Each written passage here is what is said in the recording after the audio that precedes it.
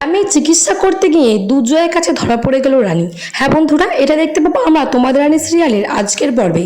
গল্পের শুরুতেই আমরা দেখতে পাবো রিতমকে দিয়ে দুর্জয়ের সমস্ত রিপোর্ট আনা করায় রানী।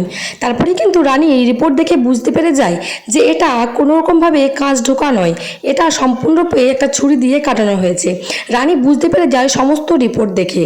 মনে মনে ভাবতে থাকে এই কাজটা একমাত্র আনিশাদিই করেছে, কিন্তু আনিশাদি কি এমন করেছে দুর্জয়কে লুকিয়ে, যাতে দুর্জয়কে বলা যাবে না। এই বিষয়টা তো আমাকে ভীষণভাবে খুঁটিয়ে দেখতে হচ্ছে। ওদিকে আনিশা বাড়িতে ভীষণভাবে হাসে আর মনে মনে বলতে থাকে, আমি দুর্জয় তোর শরীরে একটা ডিভাইস ঢুকিয়ে দিয়েছি, আর সেটার মাধ্যমে আমি সমস্ত খবর পেয়ে যাব তুই কার সাথে কথা বলছিস, তুই কি করছিস, তোকে সম্পূর্ণ আমার বশে নিয়ে আসবো। স্পষ্টভাবে নিজের মুখে স্বীকার করে দিল আনিশা এই কথা। তারপরে কিন্তু দুর্জয় চলে আসে রাত্রিবেলায় শম্পার রুমে আর দরজা ঠকঠক করতে থাকে। সে আনিশা সব কিছু শুনতে পেয়ে যায় আর বলে, এত রাতে দুর্জয় কার রুমেই বা ঠকঠক করছে। তারপরে কিন্তু শম্পা দরজাটা খোলে। তখন দুর্জয় বলে, কি ব্যাপার, তোমার দরজা খুলতে দেরি হয় কেন? তখন শম্পা বলে, দাদাবাবু আমি একটু ঘুমিয়ে পড়েছিলাম, আপনি এত রাত্রে এখানে? তখন দুর্জয় বাড়ির রুমের ভিতরে ঢুকে যায় আর রানীর সমস্ত কাপড় এবং বেনারসি শাড়িগুলো লাগতে থাকে আর মনে মনে ভাবতে থাকে, আমার শাড়িগুলো গেস্ট রুমে ছিল, এখন আবার স্টোর রুমেও চলে এসেছে, বেশ অনেক পরিবর্তন হয়েছে দেখছি। তারপরে কিন্তু দুর্জয়ের চোখে জল দেখতে পায় রানী, আর রানী মনে মনে ভাবতে থাকে, দুর্জয় তুমি এখনও আমাকে ভুলতে পারোনি, তুমি এখনও আমাকে অতটাই ভালোবাসো। আমি আনিশাদির সমস্ত পর্দা সবার সামনে ফাঁস করে দিই, তারপর আমাকে ধরে এখানে তুমি কেঁদে নিও, তখন তোমার মনের কষ্ট অনেকটাই চলে যাবে দুর্জয়। ওদিকে কিন্তু রানী দুর্জয়কে বলে, আচ্ছা দাদাবাবু, আপনি যে আপনার আগেকার বউয়ের এসব জিনিসপত্রগুলো নাড়ছেন, আপনার হবু বউ যদি জানতে পারে তাহলে তো ভীষণ রেগে যাবে। তখন দুর্জয় বলে, তোমাকে আমি বেশি কথা বলতে বলেছি? তারপরে কিন্তু আনিশা সমস্ত কথা শুনতে পায় আর আনিশা বলে, এই মেয়েটা না, আমি একবার বিয়ে হয়ে বাড়িতে যাই, তারপরে এই সম্পদে বাড়ি থেকে দূর দূর করে বের করে দেবো, এই মেয়েটা সবাই কথা বলা চায়। তখন দুর্জয় বলে, তোমার এত প্রবলেম কিসে, আমি নাচছি তো। তখন শম্পা বলে, না তেমন কিছু না, আমি এমনি জিজ্ঞাসা করলাম, মানে আপনার হবু বউয়ের যা রাগ। আনিশা তো ভীষণভাবে রেগে যায় এসব কথা শুনে, কারণ এই সমস্ত কথা আনিশা সব ঘরে বসেই শুনতে পাচ্ছিল।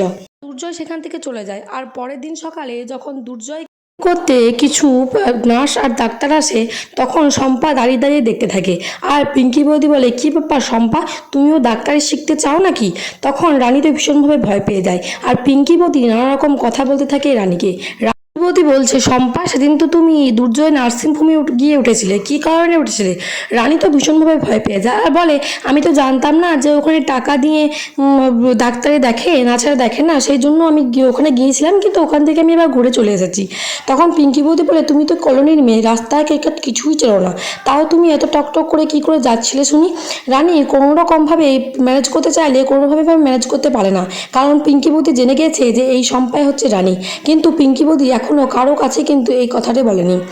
ভীষণভাবে ভয় পেয়ে যায় আর তারপরে চলে আসে সেই যেখানে রানী গিয়েছিল গ্রামে চিকিৎসা করতে, সেই লোকটা চলে আসে আর বলে, এখানে আপনাদের ছোট বৌমা আছে, ডক্টর রানী সেনগুপ্ত। তখন দুর্জয় বলে, কি বলছেনটা কি, সে তো মারা গেছে কয়েক মাস আগে। তারপরে কিন্তু সেই লোকটা বলে, না সে তো মারা যায়নি, সে তো কালকেই এসেছিল আমাদের ওখানে। সুন্দর ডাক্তার, সবাই নাম করছে তার, আর কত তাড়াতাড়ি বা সবারই খুব সুন্দরভাবে চেক আপ করে দিল, আর তা সেই জন্য সেখানকার লোকগুলো বারবার করে চাইছে ডক্টর রানী সেনগুপ্তকে, মানে আপনার বাড়ির ছোটো বৌমাকে। এটা কথা শুনে কিন্তু শুক্লা ভীষণভাবে চমকে যায় আর দুর্জয় তো ভীষণভাবে রেগে যায়, বলে, কি বলছেনটা কি আপনি? তারপরেই কিন্তু সেই লোকটা বলে, হ্যাঁ আমি ঠিক কথাই বলছি, কালকেই তো উনি গিয়েছিল। আর ভীষণভাবে মানে রানী ভীষণভাবে ভয় পেয়ে যায়, মনে মনে ভাবে, এই বুঝে আমি ধরা খেয়ে গেলাম। তো হলোটা তাই। তারপরে কিন্তু ওই লোকটা একটা ফটো দেখিয়ে দেয় দুর্জয়কে আর দুর্জয় দেখে তাও চমকে ওঠে আর বলে, তার মানে রানী এখনও বেঁচে আছে? হ্যাঁ সত্যিই তো, এটা রানীর ফটো, আপনি সত্যি বলছেন তো যে কালকে রানী আপনাদের ওখানে গিয়েছিল? তখন লোকটা বলে, হ্যাঁ স্যার, ওখানে কিন্তু এই ডাক্তারটাই গিয়েছিল। তারপরে কিন্তু দেখে সবাই বাড়ির সবাই চমকে যায় আর অনেক খুশি হয়, বলে, তাহলে ছোটো বৌমা এখনও বেঁচে আছে, আমাদের সবারই আড়ালে রয়েছে। তারপরে কিন্তু ও পাশে এই কথা সমস্ত শুনতে পেয়ে যায় অনিশা। তো বন্ধুরা, কি হতে চলেছে? তাহলে কি অনিশা আবার নতুন ফাঁদ আঁটবে, আবার রানীকে আবার কোনো মারার প্ল্যান করবে? আর দুর্জয়ের শরীরে এই চিপটা কী করে বা বের করবে রানী? কারণ দুর্জয়ের শরীরে যতক্ষণ এই চিপটা থাকবে ততক্ষণ তো অনিশা সমস্ত কিছুই জেনে যাবে। কি হতে চলেছে তোমাদের রানী সিরিয়ালের পরবর্তী আপডেটগুলিতে? দুর্জয় এবার আনিশাকে আর বিয়ে করবে না, রানীকে খুঁজতে থাকবে দুর্জয়? কি হতে চলেছে পরবর্তী আপডেট পেয়ে চ্যানেলকে সাবস্ক্রাইব করে রাখবেন। ধন্যবাদ বন্ধুরা, ভিডিওটা এ পর্যন্তই, নিয়ে আসছি নেক্সট আপডেট নিয়ে।